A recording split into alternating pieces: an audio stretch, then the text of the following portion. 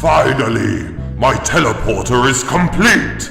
Now all I need to do is enter his name into this device, and he will be mine! Beep, don't you have anything better to do other than watch cartoons? Beep! Obduction review for the PlayStation VR. Let's begin!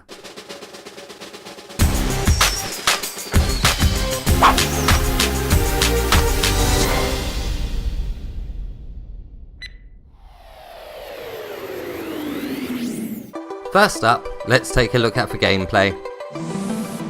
Obduction is a puzzle game where you are teleported to a strange and mysterious world. There is no inventory system, and the puzzles are solved by interacting with many different objects in each area. But don't let the absence of an inventory system fool you, this game does get incredibly hard. This game doesn't hold your hand at all, and it really is up to you to put all the clues you find together. To move around the world you teleport, and unfortunately, there is no free movement, and the game does use snap turning. To solve the game's numerous puzzles you will be pressing buttons, pulling switches, and some objects can be picked up. Most of the time, these interactable objects do follow your movements correctly, but sometimes it can be a bit finicky. Some items can't be interacted with, so it is best to enable the glowing hint mode in the options menu. This makes everything that can be interacted with glow briefly when looked at. Having this option turned on really will save time, as missing one important item, such as a document that contains information for solving a puzzle, would result in you having to backtrack, and it does become very tedious.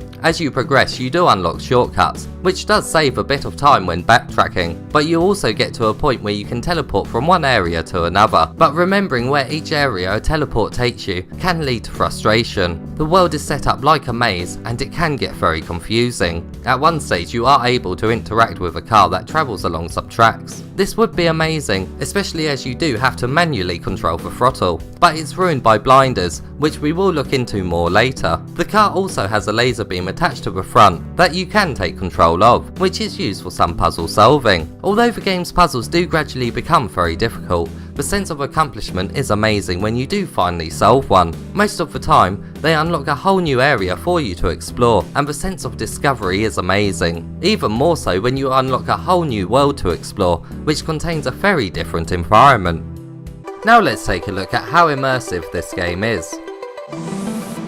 The graphics are very blurry, and it's a real shame because the environments you explore are designed incredibly well. There are moments when it's not blurry, like when you're in a small area, such as a cave, but overall the blurriness does greatly hurt the immersion. The textures seen are pretty decent though, but once again, only if you get up close to them. Blinders also hurt the experience quite a bit. They appear as soon as any movement other than your own teleportation begins. They pop up as soon as you enter the vehicle, which quite frankly destroys the enjoyment from sitting in the driver's seat, and they also appear if you're in a lift. The blinders really do dominate the screen and are the biggest I've experienced in a VR game. It really is unfortunate that there isn't an option to turn them off. A loading screen keeps popping up randomly. It seems the game hasn't been greatly optimised for VR, and it does get incredibly annoying. As there is a lot of backtracking in the game, you will get used to the main layout of the land and want to teleport quickly from one area to another. The game's engine simply can't keep up with it. The story is mainly told through letters and holograms. There is quite a bit of reading, but if you are the type of player who really likes to get as much detail as possible out of the game world,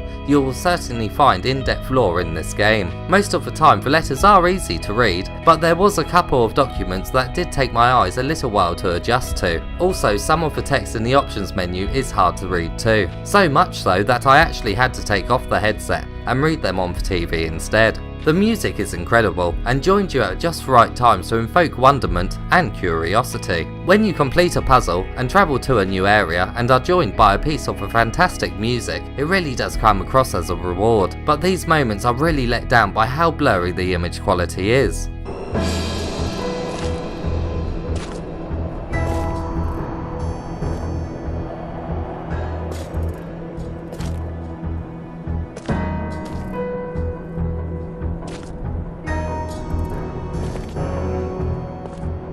Now let's take a look at the setup and what controllers the game supports. I played this game in a seated position just under 2 meters away from the camera. A lot of the game can be played seated, but there are a few objects that are very low to the ground, which resulted in me having to stand and then crouch down to reach them. So for a consistent experience, it really is best to stand. The head tracking was fine and the game did not make me motion sick. This game can be played with a DualShock controller, 1 Move controller or 2 Move controllers. The whole game can also be played in a non-VR mode. Now let's take a look at the length of the game and what trophies come with it. As this is a puzzle game, completion times will be all over the place. Especially this one, as it can be quite hard in places. The average completion time is around 12 hours. Trophy hunters will be happy to know that there is a platinum up for grabs, but I won't be showing the trophies as they may contain spoilers. In total there are 15 trophies that can be achieved. There's 3 bronze, 1 silver, 10 gold and 1 platinum. A lot of the trophies will be rewarded at main points during the game's story, but there are some that are missable. I won't go into detail about them as they may spoil some of the game. And now it's time for the verdict. This game is a spiritual successor to Myst, and it really does show, in both the puzzles and the environment. Older PC gamers really will get a kick out of it. It is actually one of the harder puzzle games I've experienced on the PlayStation VR. Some puzzles really do make you think, and also require a good memory. It is very likely that you will need to jot down a few notes on a piece of paper for some of the puzzles. It would have been a great addition of having a virtual notepad and pen, instead of having to briefly take the headset off in order to write something down. This really is a must-play game for puzzle fans. However, the current state of the VR mode is just not in a proper working state. The blurriness, blinders, and constant loading screens that pop up completely ruin the immersion. It's such a shame too, because the environment design and story is some of the best that has appeared on the PSVR. I really hope we get an update in the future, because right now, the best way to play Obduction really is in the non-VR mode. Beep! Don't you have anything better to do other than watch cartoons? Beep? Yes, it's working! That was a short power cut.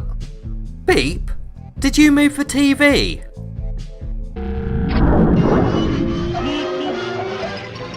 Damn you, Beep!